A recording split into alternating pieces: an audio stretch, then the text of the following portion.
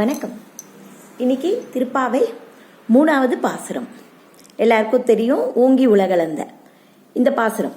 இது ஓங்கி உலகளந்த பாசுரத்துல ஆண்டாள் யாரை குறிப்பிடுறா? வாமனாவதாரம். வாமனாவதாரம் முதல்ல குட்டியா இருந்து அப்புறம் 3 அடினால உலகத்தையே அளந்த திருவிக்கிரமனார் இல்லையா, அந்த அவதாரத்தை தான் ஆண்டாள் குறிப்பிடுறா. ஆண்டாளுக்கு பூர்ண அவதாரமான ராமர் இல்லை கிருஷ்ணர் எல்லாம் விட வாமனாவதாரத்து மேலே ரொம்ப ஈடுபாடாம். ஏன்னா மற்ற அவதாரத்திலலாம் பெருமாள் யாராவது ஒருத்தரை அழிக்கிறதுக்கு கண்டிப்பாக ராவணனை கிருஷ்ணாவதாரத்தில் கேட்கவே வேண்டாம், கம்சன் நிறைய பேர் அழிக்கிறதா வருது. ஆனால் வாமனாவதாரத்தில் மகாபலிக்கும் அருள் புரியறதுனால ஆண்டாளுக்கு இது ரொம்ப பிடிக்கும் அப்படின்னு சொல்கிறான். ஓங்கி உலகளந்த பாசுரத்தை போது ஆற்றுல சக்கர பொங்கல் பண்ணுறது விசேஷம். ஏன்னா அது ஆண்டாலே ஓங்கி உலகளந்த உத்தமன் பேர்பாடிங்கிறா. இந்த அவதாரத்தை உத்தம அவதாரம்னு சொல்றான். அதனால ஆற்றுல எல்லாருமே சக்கர பொங்கல் பண்ணுவோம். இப்போ அதோட அர்த்தம் என்னங்கிறத பார்க்கலாம். ஓங்கி உலகளந்த உத்தமன் பேர்பாடி நாங்கள் நம் பாவைக்கு சாத்து நீர் ஆடினாள் அப்படின்னு சொல்றான்.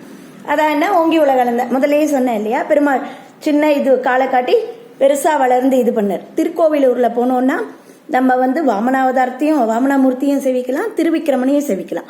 கண்டிப்பா எல்லாரும் இந்த மார்கழி மாசத்துல முடிஞ்சா ஒரு முறை திருக்கோவிலூர் போயிட்டு வந்துடணும்.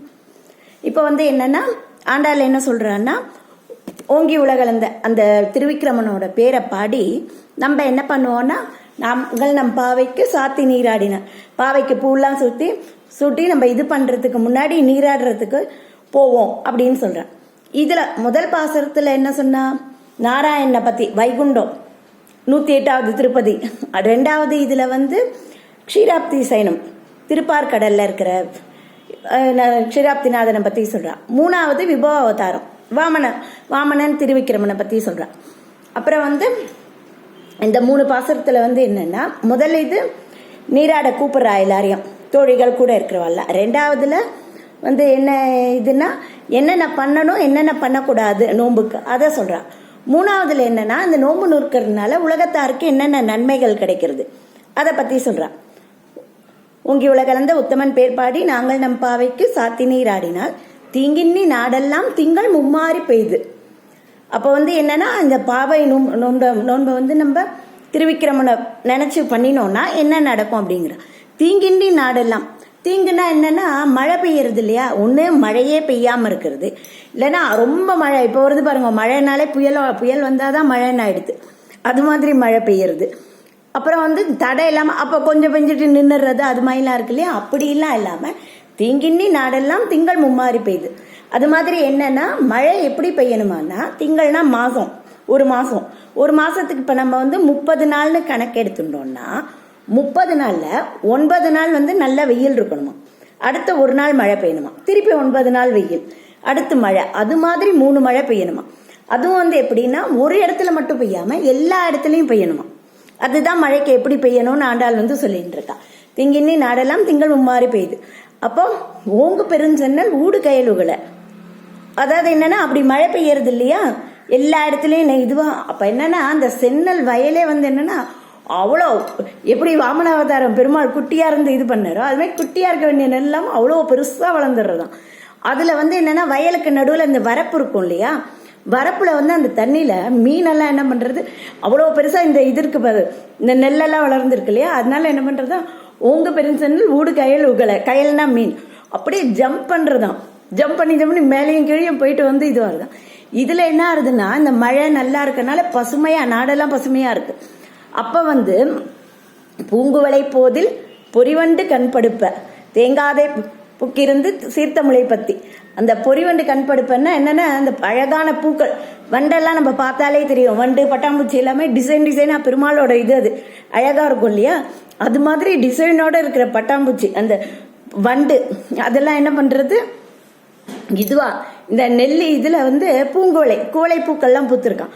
அதுல இருக்கிற தேனை சாப்பிட்றதுக்காக என்னன்னா அதுல உட்காந்து இது பண்ணிட்டு இருக்கு, படுத்துன்னு இருக்கு. அப்போ இந்த மீன் என்ன பண்றது, அந்த வயல்ல இருக்க அப்படியே ஆட்டி விடுறது இல்லையா, அதுக்கு குழந்தைக்கு தாளாட்டு வர்ற மாதிரி இருக்கும் அது. அதனால அது நல்லா கண்ணை மூடி தூங்க ஆரம்பிச்சிடுறதும் பூங்குவளை கண் படுப்பாங்க. அப்புறம் என்னன்னா, முதல்ல இந்த மழை பெய்யறது சொன்னா, அடுத்து இந்த வயல் வரப்பு அதை பத்தி எல்லாம் சொன்னா ஆண்டாள். அப்புறம் என்னன்னா அந்த பசுமாடு தேங்காதே புக்கிருந்து சீர்த்தமுளை பத்தி அவ எந்த எந்த இடத்தானு இப்ப சொல்றா, ஆயர்பாடிங்கிற இதுல தான் சொல்றா இல்லையா. ஆயர்பாடியில் இருக்கிற பசுக்கள் கேட்கணுமா, அது என்ன புல்லும் வைக்கோலும் சாப்பிட்டா வளர்ந்தது? கிருஷ்ணரோட வேணுகானம் அந்த புல்லாங்குழல் இசையை கேட்டு அவர் தடவி கொடுத்து வளர்ந்த பசுக்கள். அப்ப அது எவ்வளவு பெருமை. ஒன்னொன்னும் பெரிய பெரிய பசுக்களா இருக்குமா. இந்த பசுக்கள்கிட்ட எப்படி கறக்கிறது, அதுக்கிட்ட பாலை கறக்கணும்னாலே அதுக்கு அவ்வளோ தெம்பு வேணும்னு நினைக்கணுமா. அது மாதிரி இருக்கிற பசுக்கள். தேங்காதே புக்கிருந்து சீத்தமுளை பத்தி, அதுக்கு என்னன்னா பசுக்கு கண்ணு மடி ஃபுல்லா பால் இருக்கிறதுனால யாரும் கஷ்டப்பட்டு கறக்கவே வேண்டாமா.